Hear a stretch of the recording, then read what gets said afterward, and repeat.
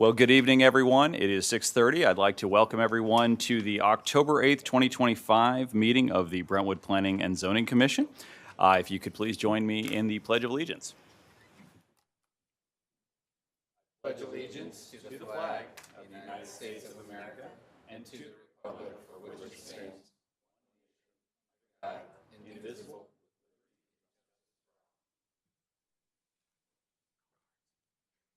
Thank you.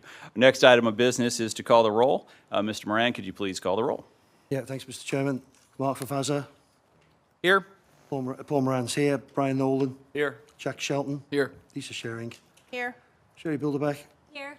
And do we have John Nurnberg on? Oh, we have Matt Foreman on Zoom there. Present. Thank you, Matt. And Jeff Hunt on that.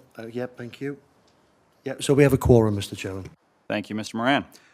The agenda has been distributed. It is very brief this evening, but has everyone had a chance to review it? Any objections to approving the agenda by acclamation? Seeing none, the agenda is approved. Next item of business, the minutes from the September 10th, 2025 Planning and Zoning meeting have been distributed.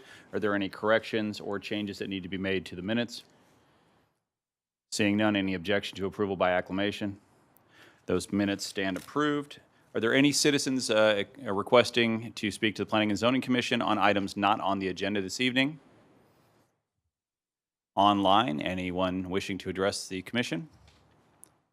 Seeing none, we'll move on to new business. This is case 25012. This is a conditional use permit and site development plan for a kindergarten child daycare facility at 8109 through 8111 Manchester Road. Is the applicant or their representative here this evening? You could please state your name and address for the record. Hi, Joel Oliver, Halo Real Estate Ventures, 900 North Rock Hill Road.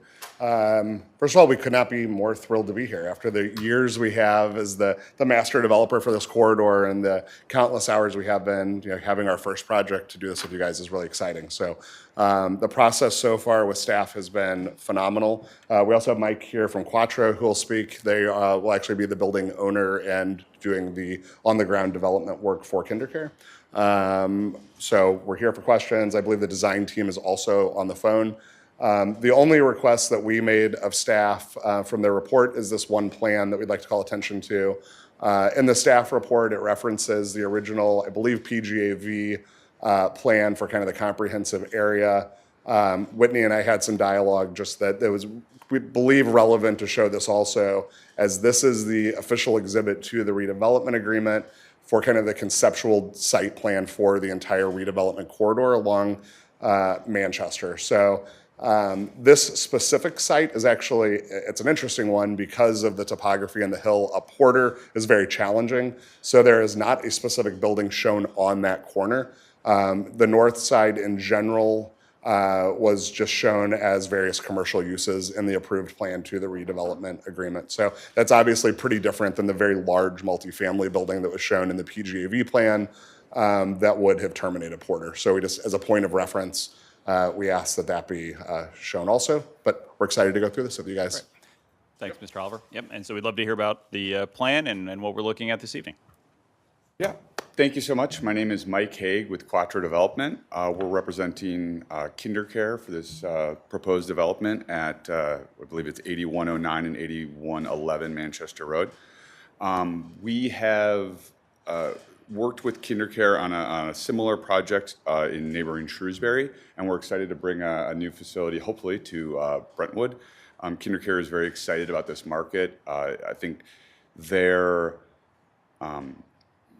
what they do and early childhood education is incredibly important for a lot of communities. And I have 2 young kids, and I know childcare is really challenged, and I think it'll be a great addition to the Manchester Road corridor redevelopment zone, kind of planting a flag there and redeveloping what is currently an automotive use with on a site with some significant topography challenges and some environmental concerns. And I think this project satisfies both of those challenges. And just speaking a little bit more broadly about this project and what we're going to be talking about tonight, one of the original plan that we showed some large retaining walls. So we've been working with city staff the last couple of weeks to try to refine that plan to bring it into what you all envision. As residents of this city, what you all envision is really important to us as the developer and the owner of this project. So we started with, on the far left, with the original submission.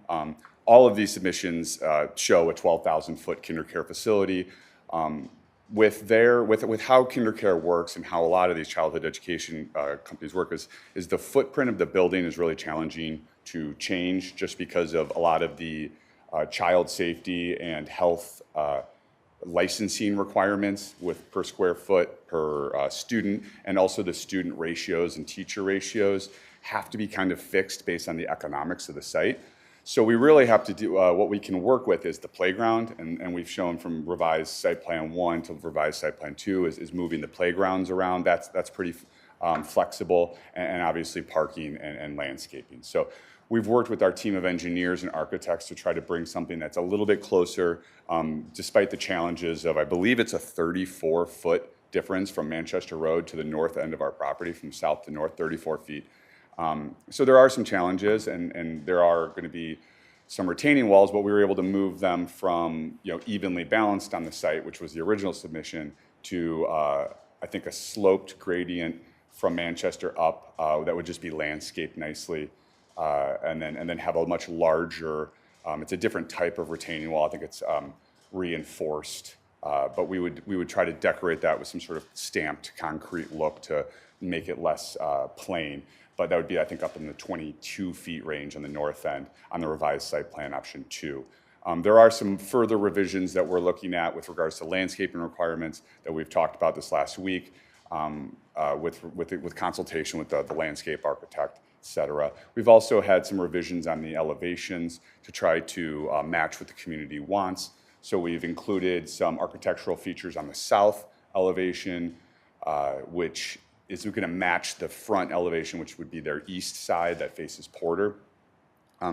The site layout is challenging, and I understand that the idea behind this district was to have everything face Manchester. Unfortunately, with the way the topography works in the site layout, that's just not possible, so they're facing Porter Avenue as their front door. Specifically, a few reasons is access off of Manchester is tough with the proximity to the intersection, so coming off Porter makes a lot more sense from a childcare use. You want slower traffic coming into the site as opposed to somebody taking a right-hand turn quickly off of Manchester. And also the playgrounds. They prefer to have the playgrounds away from busy streets for obvious reasons. So the layout of the site is such that we've tried to really enhance the south elevation to match the east elevation. We've included, I believe, a 6-foot overhang bump out with columns to match the east elevation around their front entrance. And yeah, I'm happy to answer any questions, but we're just really excited to be here to start the dialogue with you all and to just continue the fine work that our design team has with conjunction with Joel and his team, just to try to bring quality development to this community. Great. Thank you, Mr. Hay. We appreciate it. We'll probably go to staff report now. You're welcome to take a seat, but if you could come back to the mic if we have any questions, I'd appreciate it. Absolutely. Thank you so much. Ms. Kelly, staff report, please.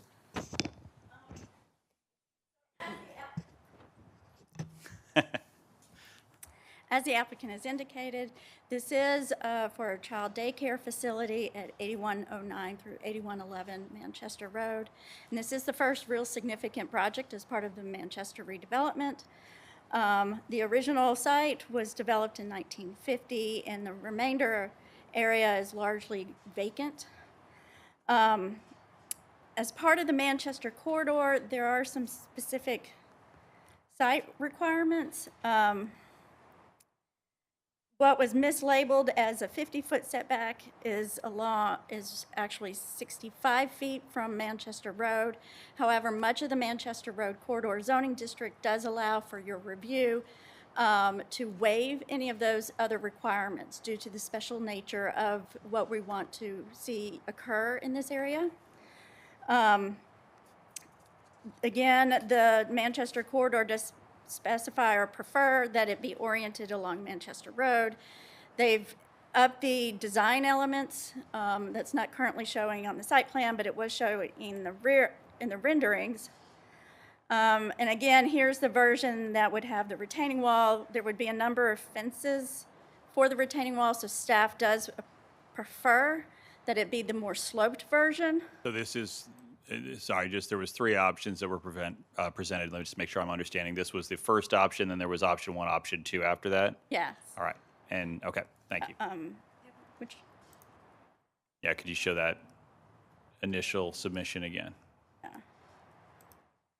so, let's see. Those- Let me in. So this was the first option where they did show the 6-foot bump out. And that was playground in the back, am I recalling correctly? The first option had the playground on the side, Side. but this is also showing it at the back. Okay. It's not showing the second page, so I'm trying to find the second page where it's a more sloped one. I'll preview the fact that I think that the commission is going to be very interested in elevations. Yes. Let's get to, okay. So then we have the elevations. I'm trying to get to the rendering. So the elevations or materials is here on this board. There are a number, the MC district does talk about materials, which the proposal is largely consistent.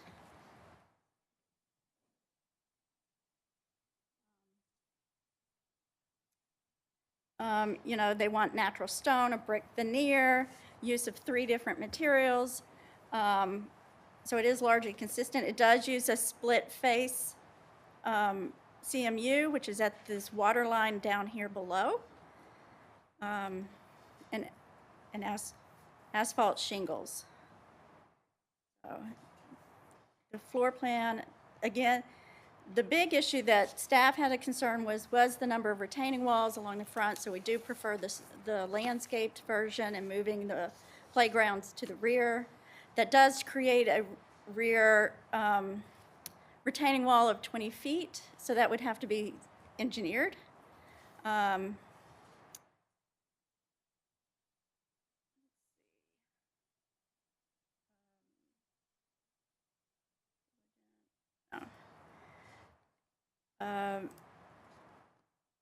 Matt Foreman, who is online and is part of our architectural design, architectural review board, as well as P&Z, provided a rendering as well to kind of better explain how that would look. So that may be a concern for the board. Matt has his hand raised. So we can go to, Hold on, Mr. Foreman, if you could, let's let staff report complete, and then you're welcome to jump in and clarify if that's all right. so we have engaged CBB for the parking. Lowering the building and grading the site does shift the entrance into the site closer to Porter, which there may be a stacking concern, and he has reached out to MoDOT because that would be MoDOT approval as well. We have not gotten responses from them at that time. We do anticipate having that by the next meeting. So that is one of the reasons why we're recommending continuing it to the site plan subcommittee or to the November meeting. The applicant has indicated they prefer 40 spaces, but they are not showing the correct landscaping, which Andy can explain, within the parking lot, but they would live with 36, so the amount of interior parking is adjustable for them. The applicants have also indicated that since this is a daycare and they do part-time as well as full-time students, their drop-off and pickup can vary throughout the day versus at a school time when there is a set hour. So that should help in some of the parking issues. They are addressing the stormwater. And if, Andy, you would like to talk about your landscape review? Do we want to let Mr. Foreman weigh in since you talked about elevations? And then yes. Mr. Frankie, my apologies. Mr. Foreman, if you could, please. I was only going to comment that I created a diagram based on the information. There was no interpretation or design changes at all. It was just a diagram representing the grade and the elevations with the landscape walls and the fencing illustrated. That was it. Thank you, Mr. Foreman. For the applicant's benefit, Mr. Foreman is an architect. That's what he does for his day job. He's also on ARB, and he's also on P&Z, so we get some expertise there. Thank you. Mr. Frankie. Sorry for the head fake. Good evening, Mr. Chairman. My name's Andrew Frankie. I'm the city's on-call landscape architect. Usually it's the Lee and Andy show. I won't try to do the Tennessee accent for you, so we'll just kind of roll. Whitney summarized our review very well in your report, and I'll go through it really quickly. The bullet points that she indicated were we need more street trees and additional planting along both Porter and Manchester. And that's going to be a little bit of a trick because of the way Porter is configured in the sidewalk. The planting area between the sidewalk and the parking edge kind of diminishes, and we feel we need at least a 3-foot wide width to do an adequate job. So there might be a portion of that buffer that we don't have that 3 foot, so we're just going to, that's probably going to be an issue that we'll just have to overcome or just live with. The petitioner's landscape plan, they did 3 options, but they only did 1 landscape plan for that, so they don't quite jive. We don't really know which option we're going with, so we reviewed the one they provided. The one they provided did not have landscape islands within the parking lot. We reviewed that with them, and they were willing to provide those. There was no detail on the fences that are going to be provided, whether they're on top of the retaining wall or in other locations, so we'd like to see those. Related to that, as Whitney has alluded to, there's a pretty significant retaining wall on the back edge that will probably be, I think the petitioner's design team described it as structural, which means it's going to be a concrete retaining wall. Because of its visual presence, we requested that they provide some aesthetic enhancements to that, form liners or things like that, to make that wall look a little bit better, because it is going to be rather imposing on the users of the property, especially the people when they're in the parking lot. We wanted to know or see some screening for the HVAC units. We wanted to know where they were at and how they were going to be screened. Again, more generous landscape planting for both trees and shrubs along Manchester Road, whether we have the retaining wall situation or the kind of the graded berm or slope up. We need to see more, would like to see more plant material there. You may have noticed that on the north side of the property, there's a lot of significant existing mature vegetation that provides a very nice buffer for the adjoining residential property. That's going to be almost all gone with this development. So we asked the petitioner to provide a lot more landscaping on that edge that would provide a buffer in future years. Kind of a technicality, we need to have some note that they're going to provide an irrigation plan. We made a request to consider a few landscape plant changes for various kind of functional reasons. They're summarized in our memo. And we also indicated that on their photometric plan, they had some light spillover to the north that they needed to resolve. It wasn't major, but still, we always seek to, like the ordinance says, have no spillover on adjacent property. It is residential straight to the north. Yeah, it is residential, so. Mr. Frankie, question on the screening. Given the elevations that we're talking about here, we think about, and we've had some conversations in this commission about what elevations really mean, since they're often given not necessarily with ground view, which is what I think we would consider. Are you talking about screening from Porter? Is that correct? I'm looking at the street to the east. Or are you talking about screening from Manchester, or are you talking about screening from both? Both. Both. Everywhere. All right. And those for the RTUs that we're talking about? That's the HVAC, the rooftop units? I don't know where they're at. I had a hard time figuring that out. I don't know if they're in the ground or if they're on the roof somewhere with a We'll kind get of the gable clarification. roofs. Couldn't figure it out. We just need to know. We'll get some clarification. Good deal. Thank you, Mr. I'm sorry. In the staff report, can you see my arrow? Right, this square right north of what was the playground on the southwest corner of the building, that's a substation, so that would need to be, provide fencing around it Yes. and screening. They've as got well. children on site. They do not want them next to their Yeah. substation, so I have no doubt Well, that will be included. That but would be yes. enclosed in a fence you see here too, but we do prefer that all of the playground, and I think they were indicated they prefer all of the playground to be on the north side. So, So this is let me make sure that the plan that we're looking at here, because that was a question, is the staff preferred option, I think? Is that a fair this is- statement? Or is this is showing the 8 to 9 foot retaining wall along Manchester. This one is actually showing the grading. Okay. And then, yeah, with the playground relocated further to the north. Oh, the staff prefers the natural graded land to provide additional landscaping instead of the retaining wall along Manchester. However, that could become an issue with the traffic, so we're waiting to hear from CBB on that. One final note, Whitney and I had some discussions about requesting that the petitioner provide SketchUp models or 3D models to help everybody understand what's going on here. It's kind of a simple site from a size standpoint and shape, but it becomes very complicated when you look at the different grades. And when you look at things like, this is a great example of that, you get an idea of what that retaining wall will look like along Manchester Road. And it's probably the staff's reason they prefer the green area, because that's really not what I think was envisioned in the original MC district as far as having buildings to the front. I will point out that this is the perfect example of this is not a ground level elevation. This is an elevation, but if I'm standing on that sidewalk, this is not what I'm seeing. So. Can you put the other elevation up? I'm just curious, I haven't seen it. Thanks. Okay. Back to it. Mr. Foreman, have you properly trained me in making that statement? Yes, but I'll get really nerdy, and I do see that someone from 88 Architects is online. So it's essentially the camera, you're commenting on the camera location that was used to create the rendering. So if the camera was actually at about 5'6" off the ground, you would get a more realistic view of what that property will look like as you walk down the sidewalk or drive down the street.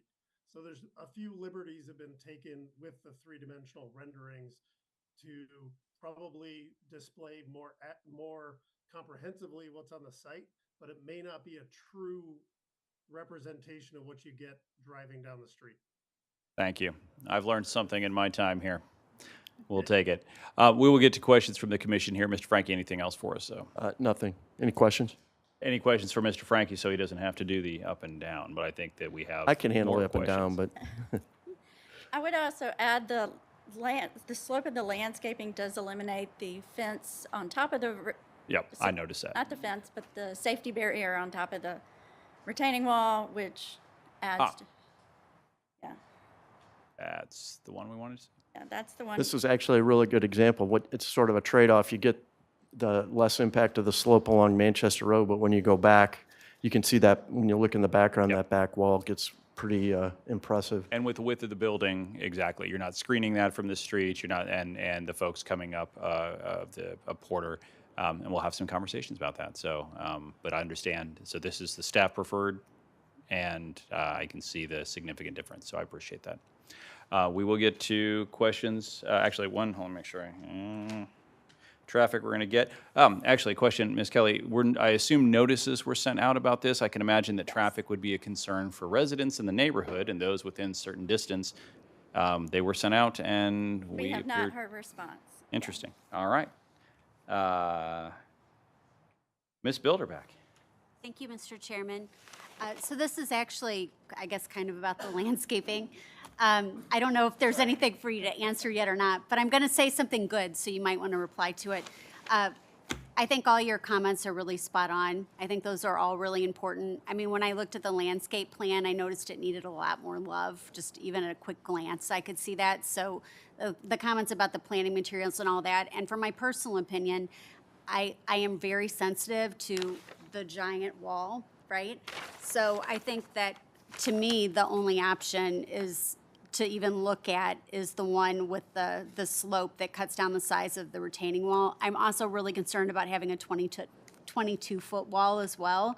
And I understand that the site has incredible limitations with topography, but anything that we can do to, like you were talking about, zhuzh that up a little bit would be appreciated. So just a few things off the cuff, but I appreciated your comments. Thank you. Thank you, Ms. Bilderback. Any other questions for members of the commission? I may have a few. I will also, someone will kick me to look online. Mr. Foreman. So there are a couple of differences. The rendering that's up on the television is a perfect example. Ms. Bilderback's points are very well noted. I echo them. I do see two significant changes from the original exhibit and staff report that were circulated in advance of the meeting. So one, I want to confirm the original documents were calling for site-proof fencing. And what's showing in the rendering now is more of a wrought iron fence we can see through. So we can see the building. I think Well- that is an improvement, but I want to confirm that. Hold on, Mr. Foreman, give me 1 sec. Ms. Kelly wants to respond. The site-proof fencing would be along the rear where adjacent to residential, which is required under the zoning code. I think around the school, it was always wrought iron style, open slatted. So that is the distinction, so. Thank you, Ms. Kelly. Mr. Foreman. Wonderful. That's good because I did see in the sections and elevations, the site-proof fencing was the one type that I saw called out in the plans. So I do believe that the transparent, I'll call it, but the metal spaced is much improvement. We can see more of the building. I also want to note that on that south side, and the applicant noted it, they've pulled out kind of a faux portico that engages past the fence. I think that adds a lot and helps us really break up that elevation and engage Manchester Road much more. And then also the clarification from staff. At the top, then we've got the 20 to 23 foot retaining wall at the north edge of the site. That's also on the east and west. So we're going from 0 or 3 feet on the east along Porter that slopes up to 23 feet. This is a horseshoe shaped cut into the side of the hill. Where we're against residential on the north, that one needs to be site proof. What's the interpretation on the east along Porter? Can that be the wrought iron fence? And then on the west, we're partially adjacent to residential, partially adjacent to more commercial, but that retaining wall also needs a fence. At the very least, for code, we need a safety fence so people aren't getting close to the top of the wall. So I think some definition from the applicant and from staff of what's site proof and what's transparent could help the explanation. Well spoken, Mr. Foreman. I think, yeah, we'll need to take a look at that. I hadn't realized kind of the extent, actually, on the west side especially. I had missed that on the plan. So there would be you can see in this rendering, the safety barrier, because they are providing a new sidewalk along Porter, so we definitely we'll need a safety barrier there. That would be the open slatted, I believe. I also want to point out that the zoning code does require or talk about providing cross-access to adjacent properties, but because we are partially, right, with this site, that would be rather difficult as we are adjacent to residential on the north and partial to the west, and given the use having and the site limitations, that would be difficult. But that is something specific that the Planning and Zoning Commission would waive, yeah. And I think given the topography of the site, maybe something we would consider. And I think my eyes deceive me. So the portico, Mr. Foreman, you'd mentioned is continuing south past the fence? I missed that as well. That's what's being represented in the rendering. So initially that facade was flat. They've added that element Okay. that comes past the fence, and I think it does a much nicer job of engaging with Manchester. Mr. Oliver, Mr. Hay, is that your understanding of the actual? Okay, thank you. Sorry. Thanks, Mr. Foreman. That was good eyes and better reading of the documents we were given than I had. I Any, cheated and downloaded my own copy so I could zoom and pan on my computer, so. Mr. Hay, please. Yeah, and the reason for that is specifically that fencing along the south, those doors that are shown go right into the classroom. So for immediate access to the playground areas around the west side of the building and then up to the north. So they don't want the kids playing with the columns, et cetera. Those would be on the outside of the fence.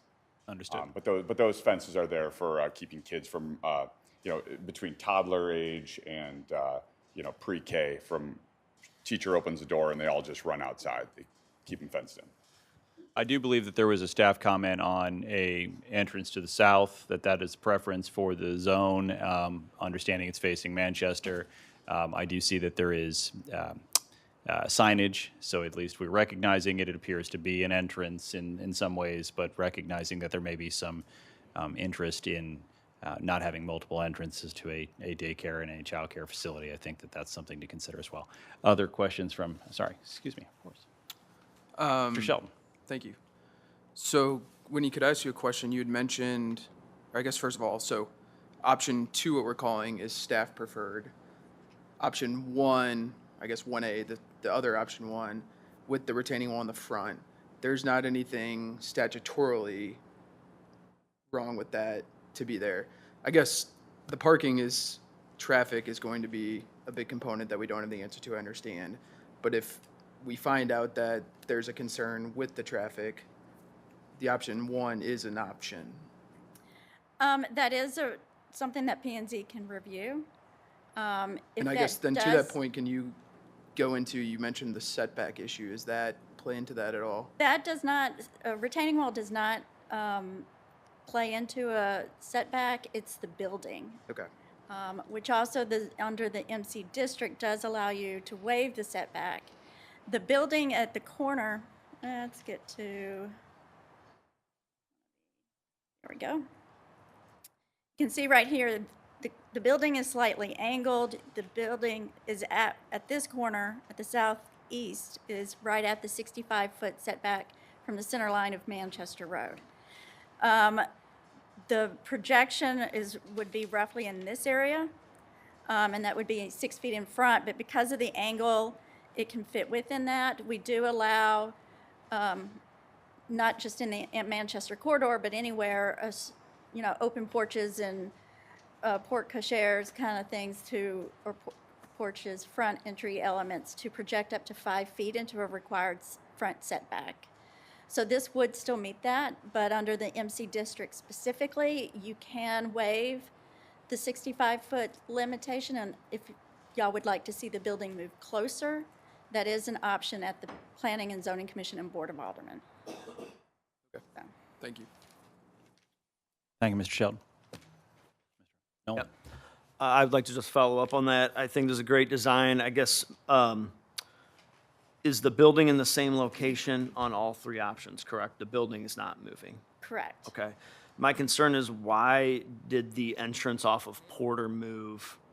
Is that a function of the elevation, site elevation?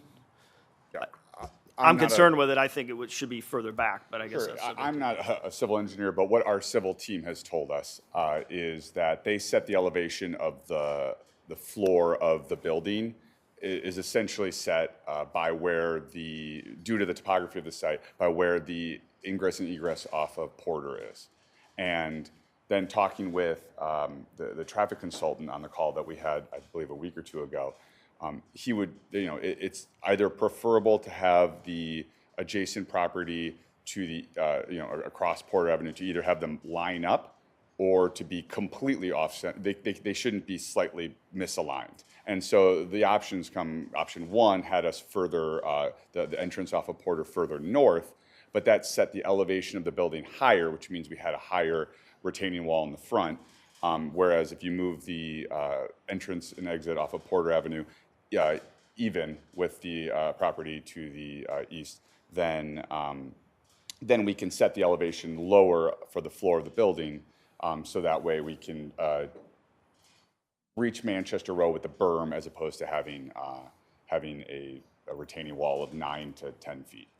So really, because the floor elevation of the 12,000-foot building has to be flat. So, they're setting that elevation there. I probably butchered that. If someone's a civil engineer, I apologize. But that's I think you did. roughly what I Yes. did. I'll just add, if you can see here, it does get steep. So if to lower the elevation, so we don't have the retaining wall along Manchester, if you move it back, then you get into the steepness of the property becoming an issue. So that's why it shifted it to be in line with the entrance to the adjacent property. And I'll put forward, and sorry, Mr. Nolan, you have no interest in having the building have some below grade rooms, I would imagine, with a daycare. And I don't think they can do that, yeah. most of it you can't because you need immediate access, Yeah. access outside. All right. I have some And familiarity. I'll just add that I think this is where this use on this incredibly challenging, topographically speaking, site is helpful as opposed to maybe a restaurant or other types of retail uses that have really big rush periods. Truly, KinderCare, the drop-off and pickup times average a little bit less than 5 minutes. You have to, there's typically the nearest 8 spaces to the front door are reserved only for drop-off and pickup. The parents drop their kids off, walk their kids into the vestibule, meet with the teacher, and then that's where the handoff occurs, or vice versa. And for being open from 6:30 to 6:30 truly eliminates that rush period. So talking to the operations staff of KinderCare, even during the peak times, it's usually between 8 to 12 families that are doing it at any one time. So that really lessens the parking concerns, but also I believe the stacking and queuing, because if there was a restaurant or whatever and it's 5 o'clock, there's going to be cars backing up onto Porter and making a mess of that intersection. There's just not that one rush period. There are busier times. Obviously, 5:30 might be busier than 4, but it's not that rush periods. Yeah, I guess I'd be a little concerned about making a left onto Manchester out. Could be some stacking concerns there. Sure. But no, I appreciate that. So the building is in the same location, except on this option that it's a little lower in elevation. I believe that's correct. Yeah, okay. Exactly. And then I guess the last comment I have is, I guess I wouldn't necessarily be married to being across from that other curb cut. I think that is generally a good thing, but I don't think there's anything on that site currently. No, there's so the if office there's- building. Yeah. So is it in use? Yes. Okay. Yeah. Okay. Fair enough. I can pull up Thank you, the- Mr. Nolan. Sorry, I was just trying to think. I couldn't remember if there was a spacing or, as I call it, a chicken lane at that part of Manchester. There is not. Yeah, that left will be hard. Ms. Bilderbeck. Thank you, Mr. Chairman. Apologies. On the lighting, I have a question about the lighting. So our landscape architect talked about the lumens, and I've got the lighting plan in front of me, and it shows I don't really want to call it a pole light, but can you describe to me a little bit more about where the lights are going to be, what the lighting plan looks like for the site? And I'm also kind of thinking about part of the thing that we had talked about in the MC district has to also do with the different types of lighting that we're doing on Manchester. And I don't know how that's going to come into play relative to this site, like what's going to be internal to the site, what's going to be external to the, like on the edge of the site, you know what I mean? So if you could maybe give us a better idea of that, I would appreciate it. And it also looks like the light pole that you have in here, I mean, it's black on here. I don't know if it's black. It's hard to tell from the images, but it looks like it might kind of fit in a little bit with if there's a wrought iron look fence on the property, but I don't know. Yeah, Whitney, is Premier Design Group on the Zoom? Because I would defer to our civil engineer who did the photometric plan on that. I do know with regards to lighting and we've agreed in principle, obviously, to not have any spillover onto neighboring sites. That's pretty standard. But I defer to our civil on that. I hope they're on the call. But if not, we can certainly circle back with you and provide more detail on. So I've When pulled you up were the going. photometric here. So they're showing a light pole here and here. Wait, do that again, because I was looking at you. Oh, sorry. The red dots are showing where the light poles would be, and the little dots on the building are showing the downcast lighting on the building. Thank you for pointing it out. They are showing it to be 24 feet tall. Our code does limit that. So lowering it would help with the overall spillage onto the adjacent property. It is, though minor, at 0.4 in this area, but that is noted. And I also wanted to note that in the MC district, it talked about no more than 4,000 kelvins.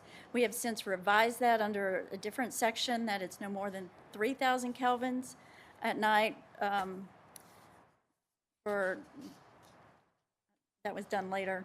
I forgot what for, but for migration of animals and public benefit of that. So it will have to go down to 3,000 kelvins to meet with that section. And what about the lighting style relative to the proximity, like to Manchester Road? I mean, because if that's on Porter, then I'm just thinking about if this is part of the overall development area, right? And we have sort of this concept for the overall development area. I just want to make sure it's being consistent. Or like, I mean, we're kind of segueing from commercial into residential. So I'm not saying, oh, it should be specifically this or that. What I'm saying is that we need to be cognizant, and I know that man sitting back there is familiar with the discussions that we've had relative to the look of the general area to make it cohesive and a part of it. Does that make sense? Absolutely. If staff has, cut sheets that we can give our design team that if we can't match, we can mimic or tailor our design towards certain elements of that, I think we'd be happy to. Okay, great. And I think what our planning director was getting at a minute ago was going to help address also what I'm going to say next. But one of the other things, especially when we're next to residential, that we like to be cognizant of is, or at least I do, and we have on some past plans as well as a commission, is that in addition to not having the spillage, which is the typical thing that you see, it's also looking at something and having it be like lit up. You know what I mean? Like just lit up like crazy. I'm a safety girl, so I'm all for like the importance of that. But striking that balance so the neighbors aren't sitting there looking at it like a ball field is all lit up right next to them. That's an exaggeration, but you know what I mean? Some gas stations can be that way, where it's Right. that really bright white light that can be really intense. And we are sensitive to the fact that we're neighboring residential. So in any Awesome. way we can work with the staff to ensure that yeah. I would also add, I would double check with your photometrics because I'm assuming Like that's, yeah, I mean, you got a retaining wall that's 20 That's feet 20 and you've feet got a tall. non-site fence. And I mean, it won't be a 24-foot light pole at that point. but once you lower it, You're literally going to have retaining wall over your light at that point. Unless you're using Well, some interesting, yeah. That was one of my comments is the way the light pole is shown on the plan at 23 feet tall. Right. Light pole is actually shown outboard of the retaining wall. So you would be too high above the paving. So you need to do some coordination between the lighting position and the position of the retaining wall to keep that photometric. As to what the head actually looks like, Whitney, if you zoom in and pan down, lower right by the title block, they've actually got an image. Yeah. The one they've got in there. And that's mostly down. While I'm interpreting drawings, I did see 6 to 7 condensing units on the west side of the building, between the building and the retaining wall. Someone had previously asked about the mechanical system, so I assume that's where those are, but the applicant should confirm. Yeah, because if it's gabled, they're not doing RTUs likely. So yeah, that's, Unless we're cutting into the roof and doing accesses and all that stuff. Right. I believe they're on the west side. Mr. Chairman, just kind of close that out, at least for me. I'm going to be out of town. I'm not going to be able to be at the site plan meeting. So I just wanted to be sure to put that forward tonight, even though it's kind of getting into the weeds a little bit. Thank you, Mr. Chairman. thank you, Ms. Bilderback. That's a good point. Any other questions from Ms. Kelly, please? I just pulled up the aerial of the, so y'all can see that it's a retail office, second floor office, ground floor retail that is a direct to the east. Yep. So, yeah. Less of a concern. It's mostly to the north, and they're going to have a very large wall there. Mr. Moran, please. Yeah, thanks, Mr. Chairman. So, Whitney, you got any concerns about it's a big load of grass right now, so a porous surface being replaced by a very non-porous surface, given that Manchester Road doesn't have a great history with stormwater handling? So they are required to, they are showing, I'll pull it back up. They are showing, wrong one, stormwater, and because it will connect to MSD, I mean, they'll have to get an MSD permit because they're over an acre. They will also have to comply with the MS4 regulations with the not Fish and Wildlife, Department of Reclamation. And because it's also connecting into the system along Manchester, MoDOT is also looking at it. So, see if I can find the right, yeah. So my staff looked at it, looked at the stormwater, and they said it looked good. It will require our on-call stormwater engineer to review it as part of the building permits for the stormwater infill development permit. So we would get involved in that at that time too. All right, thank you. Question for the kindercare people. Do you ever have this facility in use after hours or at weekends for functions or school or non-school related? Or are you purely 7 Operating to hours, 7? From everything that I've been told with KinderCare, obviously I don't work for KinderCare as their developer. It is strictly a Monday through Friday work. They might have an open house on a weekend, but there is no extracurriculars. They don't rent out their buildings. There's none of that. It is strictly Monday through Friday, typically 6:30 to 6:30. Okay, thank you. Yep. Anything else, Mr. Moran? Yeah, I would just point out, like, I know there's concern about the traffic, but I think Elaine Rossi Children Place right there by Schnucks, probably about a similar size, similar enrollment, similar distance from a big intersection, and I've never seen any problems there with the traffic, to be honest. Just want to point that out. All right, thanks very much. I think CBB will be weighing in at some point on that same topic. I could charge you CBB rates for that information I just gave you. Not sure the city wants to bear that. Thank you, Mr. Moran. Any other questions from members of the commission? Looking online, Mr. Form, anything else? Sorry. Mr. Moran? No, assuming we're going to move toward a motion one way or the other shortly. I believe we might. Sorry, Mr. Oliver. I just have one nit comment. In Yes. some other areas, we've recently had issues with Ameren adding screening around their transformers. So I would just ask that when we add that criteria to screen it, can you say in compliance with Ameren regulations or something? Because they, obviously, we have to do what they want to do. So, and that's been Otherwise, they don't give you power, that's and right. that's a So, problem. thank you. Yeah, sorry, Whitney, there's already a building on the lot, right, at 8111? I'm What sorry. is that? It's a transmission structure? shop, or it's some kind of Yeah. auto shop? It's a transmission shop. Right, are there any environmental concerns about what may lay underneath that? Yeah, so we did a phase 1 environmental, pretty standard. It pulled up some potential RECs. We did a phase 2, and it pulled up that there is no concerns with any petroleum products or spills or anything like that. There were some concerns with stained pavement in the phase 1. So the phase 2, we did some borings. There's no concerns with any petroleum-based products in the soil. There are some moderate soil, I believe it's arsenic in some of the soils. So part of our plan is, I think that there's in a few spots we need to take out 2 feet of soil. It's below the commercial levels, but it's, for a childcare use, it's different standards. But that would just be hauled off site. It's just the top 2 feet of soil that we would likely be, moving stuff around with grade change anyways. But otherwise, we got a full, clean phase 2 environmental, with the caveat that there's just some, I think, leftover arsenic from probably years past. So, Thanks very much. yes. Thank you, Mr. Chairman. Thank you, Mr. Moran. Any final questions from commission? I think, let me try to recap some of the things that we've raised this evening, and I will say it sounds to me like we are moving towards site plan subcommittee, which I believe is October 29th, so folks can get their phones out now and take a look.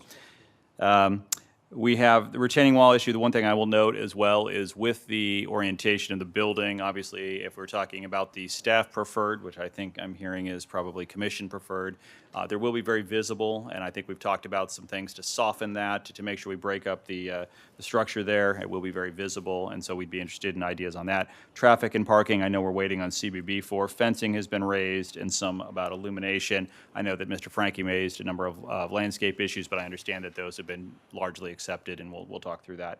Did I miss anything of significance that we'll talk about at Site Plan Subcommittee? If you're not familiar with those in other areas, or Brentwood does it differently, I don't know. It is informal. We will all get around a table. We will talk through this, and we will then carry it over. We do not vote at that meeting. We cannot vote at that meeting, so it'll just be a conversation to prepare us for the next Planning and Zoning Commission meeting. Ms. Bilderback. Thank you, Mr. Chairman. Lighting. Illumination, sorry. I said Oh, illumination. you did say- you said Lighting illumination. is a Okay. better term. So. And then also, the elevation discussions and things like that, having pictures that they talked about, because that's something that'll take them a little bit of time. Yep, I apologize. That's a good catch. And so, yeah, we're thinking of ground level or person walking at ground level. What are they going to see? And I think that we've seen some of those closer to but that's the sort of thing that we really care about.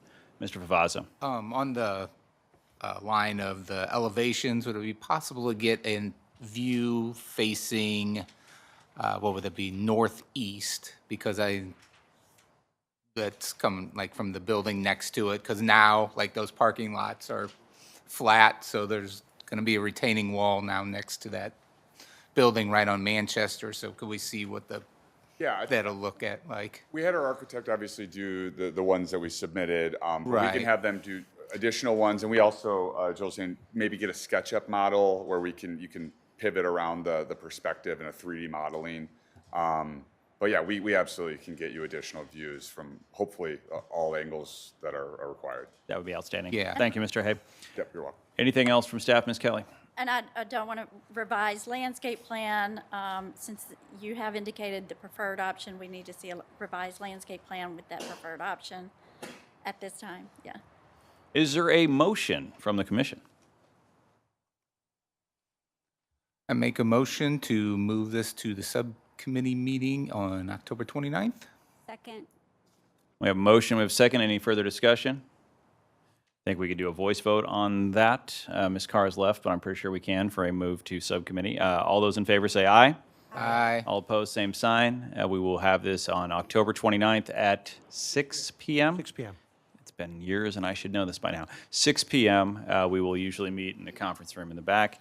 And I believe that's it. Thank you very much for the presentation this evening. We look forward to having a conversation on the 29th. And hopefully folks have checked their calendars, and we will have a good turnout from P&Z. Next item of business is the aldermanic report. Seeing no alderman but the mayor, is there any mayoral report? Oh, my goodness. I didn't think there was such a thing, but we will get one. Mayor Dimmitt. Thank you. You may have seen in the news that the city was successful in defending the lawsuit. Yes, well-deserved round of applause. The blight designation lawsuit that was pending over the redevelopment area. The issue in that lawsuit simply was whether or not there was substantial evidence to support a finding of blight that the Board of Aldermen approved and found back in July of 2023, as well as the board had found 5 years earlier in 2018. And the court found and held that there was substantial evidence for that finding of blight. So that is very good news for what we're wanting to do down in this whole area where KinderCare is. Secondly, and I can talk to you, Whitney, about this offline, but just procedurally speaking on the applicant about the stormwater and the plan that is put together, the timing of it, I think it'd be helpful for the residents if they have some assurance that that's all going to be done. That's part of the CUP process. Yes, so, thank you for mentioning that. Oh, and I closed out, oops. But the stormwater is shown in the drawings that were submitted, so those have been shared. But yes, we can clarify timing. But our stormwater infill development permit is required as part of any building permit.